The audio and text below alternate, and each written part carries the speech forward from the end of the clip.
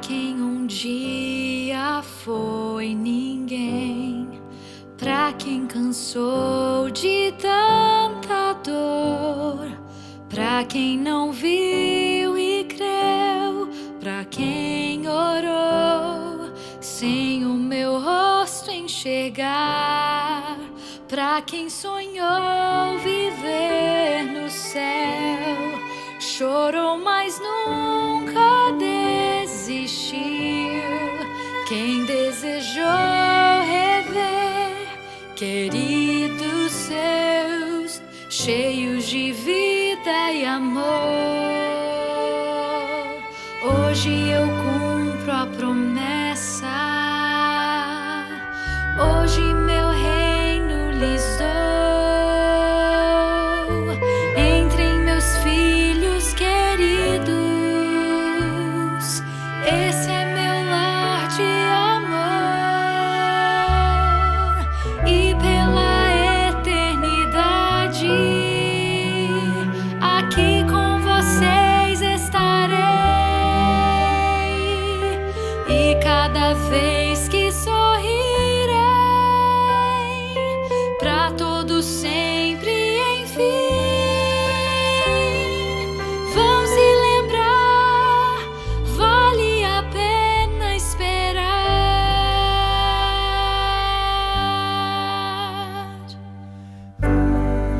Pra quem louvou em meio à dor, quem no caminho estreito andou, pra quem tomou a cruz e me seguiu, pra quem me fez o seu rei, pra quem ouviu o meu chamar, pra quem abriu seu coração, pra quem não disse não, viveu por mim, não desistiu de esperar.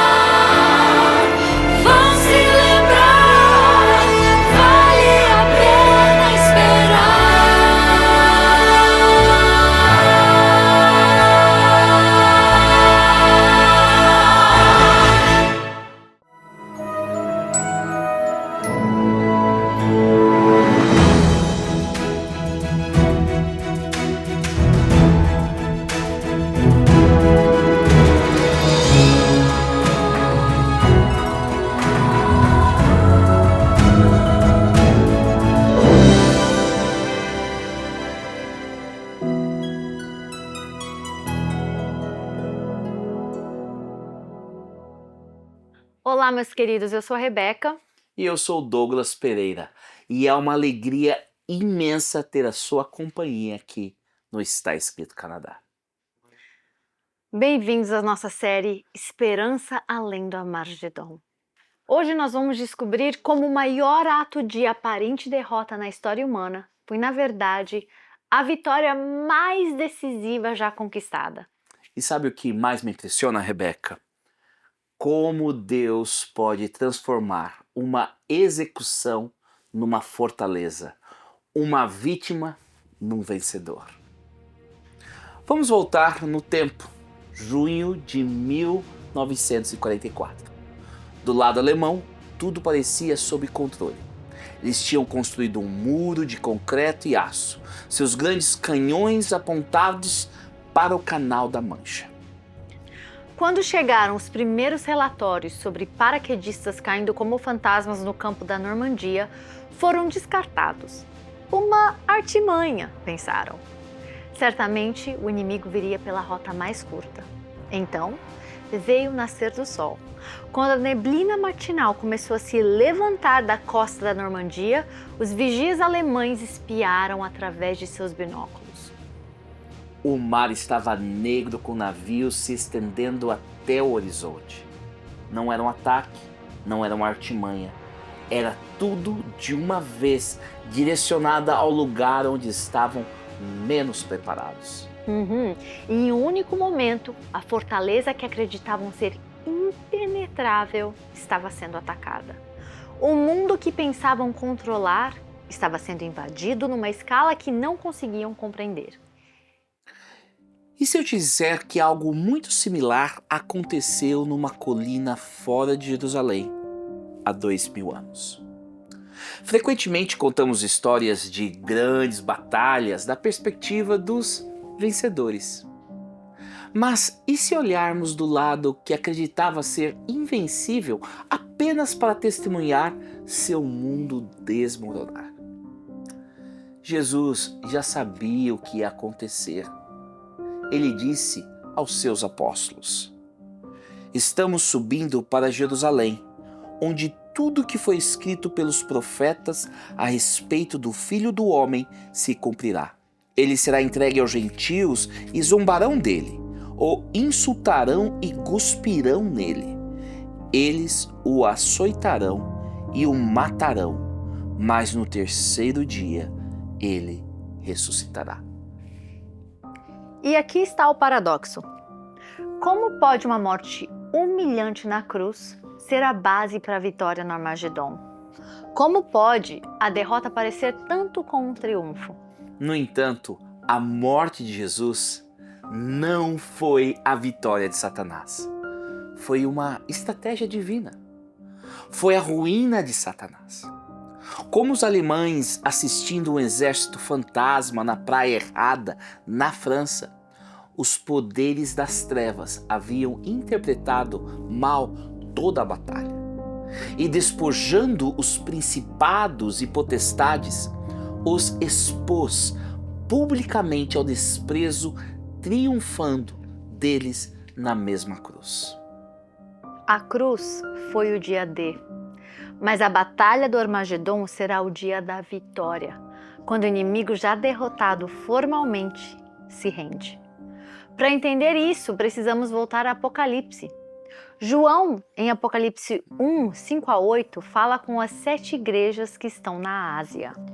E de Jesus Cristo, ele é testemunha fiel destas coisas, e o primeiro a ressuscitar dos mortos, e o governante de todos os reis da terra. Toda a glória seja aquele que nos ama e nos libertou de nossos pecados por meio do seu sangue. Ele fez de nós um reino de sacerdotes para Deus, seu Pai. A ele sejam a glória e o poder para todo sempre. Amém. Vejam, ele vem com as nuvens do céu e todos o verão, até mesmo aqueles que o transpassaram. E todas as nações da terra se lamentarão por causa dele. Sim, amém. Eu sou o Alfa e o Ômega, diz o Senhor Deus. Eu sou aquele que é, que era e que ainda virá, o Todo-Poderoso. Consegue ver o paradoxo? João revela Jesus como o príncipe dos reis da terra, que venceu não pela força ou poder, mas por seu sangue. Em guerras humanas, a vitória está na morte do inimigo, não na morte do capitão. Como tal derrota aparente poderia ser uma vitória? Para responder isso, precisamos entender vencer do ponto de vista de Deus. Satanás opera através de mentiras, decepção e violência. Essa é uma boa regra de 3 para memorizar: decepção, morte e destruição. É assim que Satanás trabalha.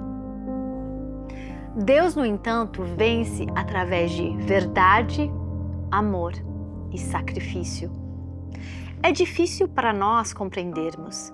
Entendemos vitória através de poder destrutivo, bombas, mísseis, drones. No entanto, Deus, o ser mais poderoso do universo, não opera dessa maneira. Seu reino vence através do poder do amor e sacrifício abnegado. Deus poderia ter tomado medidas violentas contra a rebelião de Satanás. Ele poderia ter estalado os dedos e o dragão teria desaparecido para sempre. Mas o que isso teria feito nas mentes de todos os seres criados? Eles teriam visto Deus como tirano, quanto o dragão. Deus não podia correr esse risco. A solução de Deus foi dar ao mundo o presente mais precioso e imaginável: a vida do seu próprio Filho. Porque Deus amou o mundo de tal maneira que deu seu Filho único, para que todo aquele que nele crê não pereça, mas tenha a vida eterna. Como pai, eu nunca poderia imaginar entregar meu filho para morrer por mim, muito menos por outra pessoa. E ainda assim, é assim que Deus escolhe nos redimir. Satanás nunca entendeu isso. Ele pensou que o amor era muito fraco, que tinha um caminho melhor, liberdade total para fazer o que quisesse, sem limites, sem restrições, sem regra.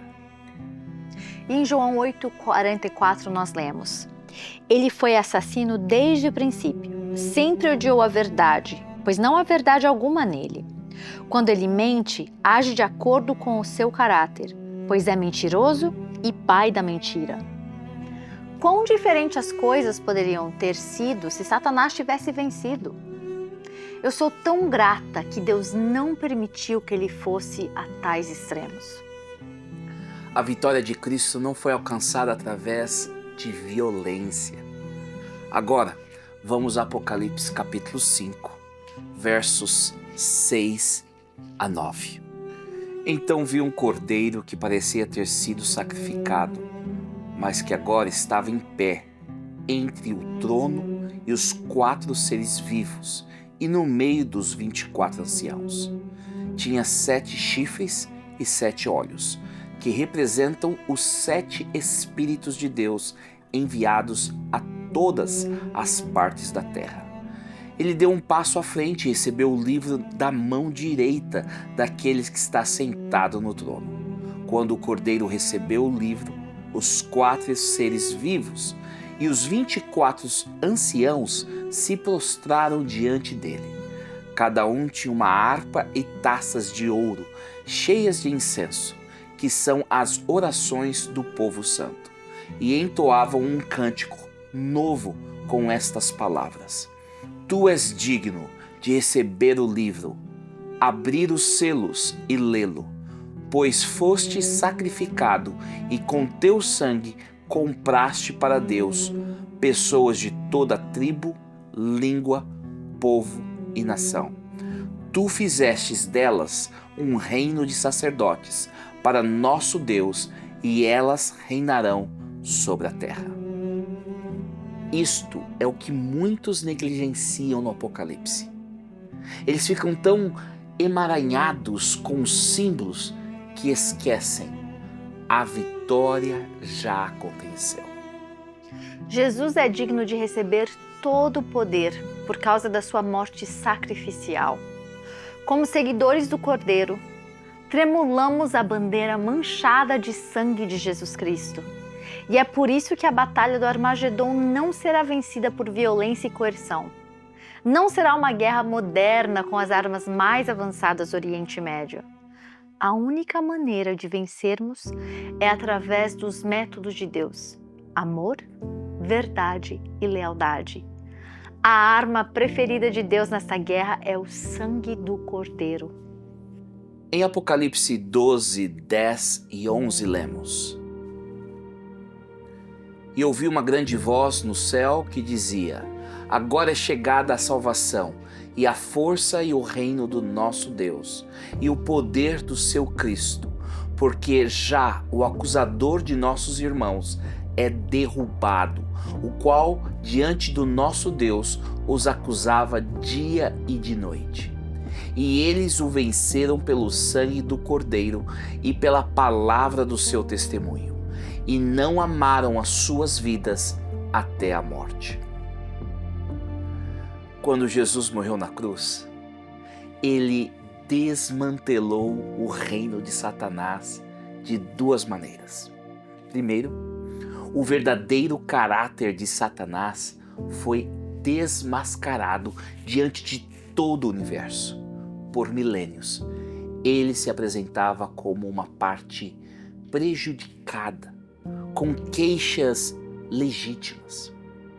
Mas ao orquestrar o assassinato do inocente Filho de Deus, ele revelou sua verdadeira natureza. Provou que sua agenda estava enraizada em ódio e morte.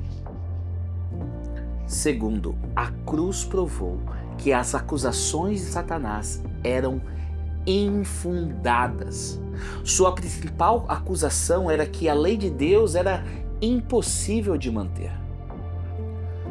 Ao viver uma vida perfeita e permanecer fiel até o fim, Jesus invalidou essa reivindicação. A cruz não apenas pagou por nossos pecados, ela vindicou o caráter de Deus.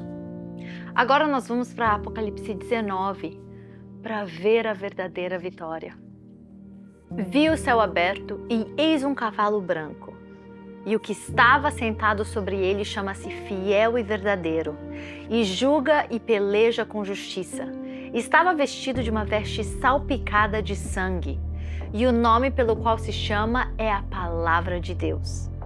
E na veste e na sua coxa tem escrito este nome: Rei dos Reis e Senhor dos Senhores. Este sangue não é de violência contra inimigos, mas o sangue da expiação. Jesus aparece para batalhar como um sumo sacerdote, vestido de branco e manchado de sangue. Como no dia da expiação, quando o sumo sacerdote usava vestes que rapidamente ficavam manchadas pelo sangue dos sacrifícios. O cavalo branco e seu cavaleiro vencendo Armagedon significa que podemos confiar na obra acabada de salvação de Jesus Cristo na cruz. A cruz reformula tudo. Também significa que nossas vidas têm significado e propósito. Vencemos diariamente pelo sangue do Cordeiro e pela palavra do nosso testemunho. Não nos acovardamos com medo do futuro, mas proclamamos alegremente a vitória que Jesus Cristo já assegurou. Nosso testemunho de como o sangue do Cordeiro nos mudou é uma das armas contra as decepções, os enganos do inimigo. E você pode fazer parte dessa vitória. O poder que desarmou principados e potestades na cruz e ressuscitou Jesus da sepultura é o mesmo poder que segura o seu futuro. Você pode permanecer sobre a rocha sólida da vitória de Cristo na cruz. O dia D de Jesus já aconteceu. A batalha decisiva foi vencida na cruz. O Armagedon é apenas a celebração final da vitória já conquistada. Você viu? Não é sobre armas e bombas nucleares. É sobre em quem você confia, de que lado você escolhe ficar, pois Jesus venceu. Tudo o que resta é declarar nossa lealdade ao lado vencedor. Ver a cruz não como derrota, mas como o dia D da vitória de Deus é a esperança que completa o que falta na vida. Compreender que Jesus venceu através do amor nos dá forças, né? O Está Escrito Canadá existe para revelar essas verdades que mudam perspectivas. Mostramos que o Armagedon não será vencido com violência, mas com o poder do sangue do Cordeiro que já triunfou. Visite o nosso site ou fale conosco por telefone, e-mail. Cada contribuição que você faz, seja qual for o valor, sustenta esta mensagem revolucionária. Porque não é sobre ter medo da batalha final, é sobre celebrar a vitória já alcançada na cruz. Lembre-se, uma pessoa não vive só de pão, mas de toda a palavra que sai da boca de Deus.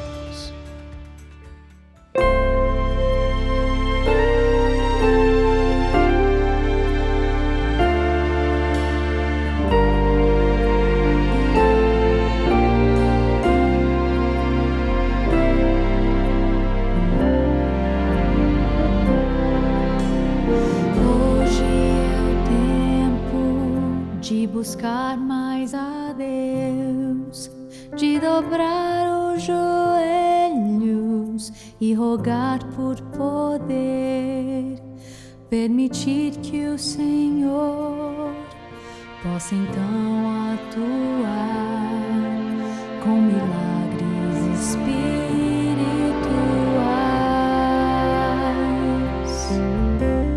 Para ser usado é preciso orar com fervor, suplicando pela libertação dos desejos da carne, dos prazeres do mal e o batismo do Consolador.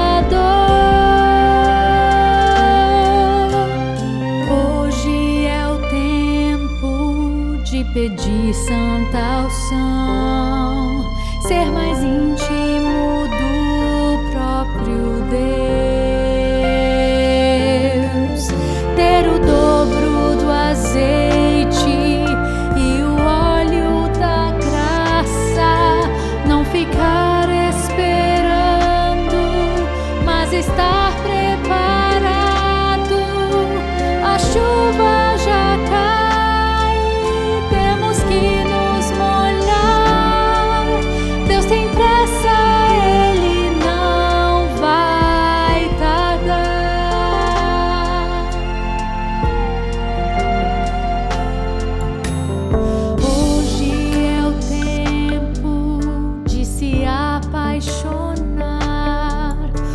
preceitos sagrados, pelas coisas do céu, para ser purificado pelo sangue da cruz e a esperança então proclamar.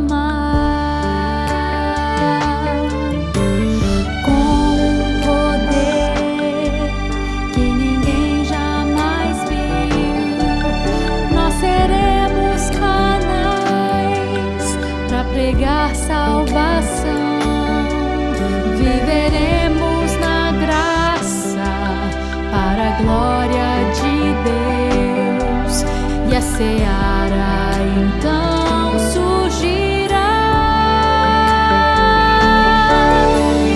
Hoje é o tempo de pedir santa unção, ser mais íntimo do próprio Deus, ter o dom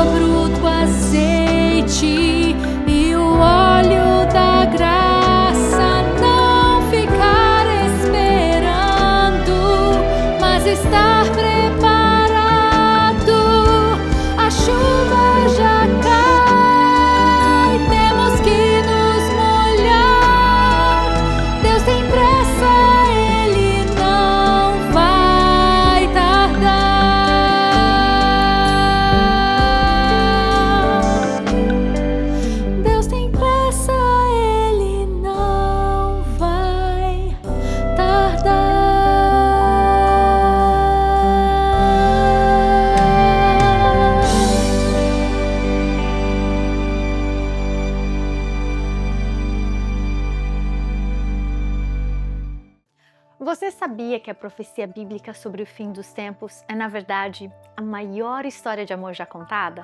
Pensa comigo. Há 2000 anos, Jesus prometeu aos seus discípulos: "Vou preparar um lugar para vocês e voltarei para buscá-los." E desde então, ele tem mantido essa promessa viva.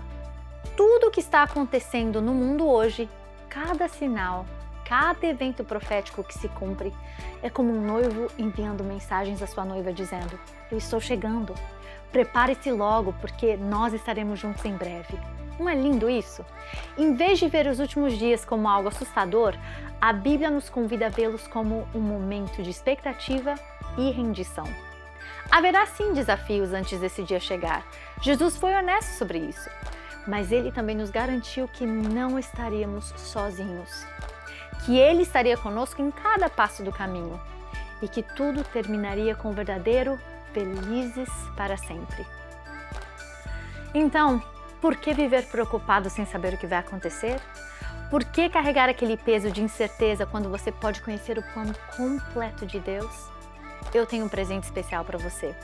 A revista Verdades para o Tempo do Fim. Descubra o que a Bíblia diz sobre os últimos momentos da história. Entenda a jornada que nos leva ao reencontro com Jesus. E prepare seu coração para o dia mais lindo da eternidade. Peça sua cópia gratuita hoje, porque quando você entende que o fim é, na verdade, um recomeço glorioso, tudo muda.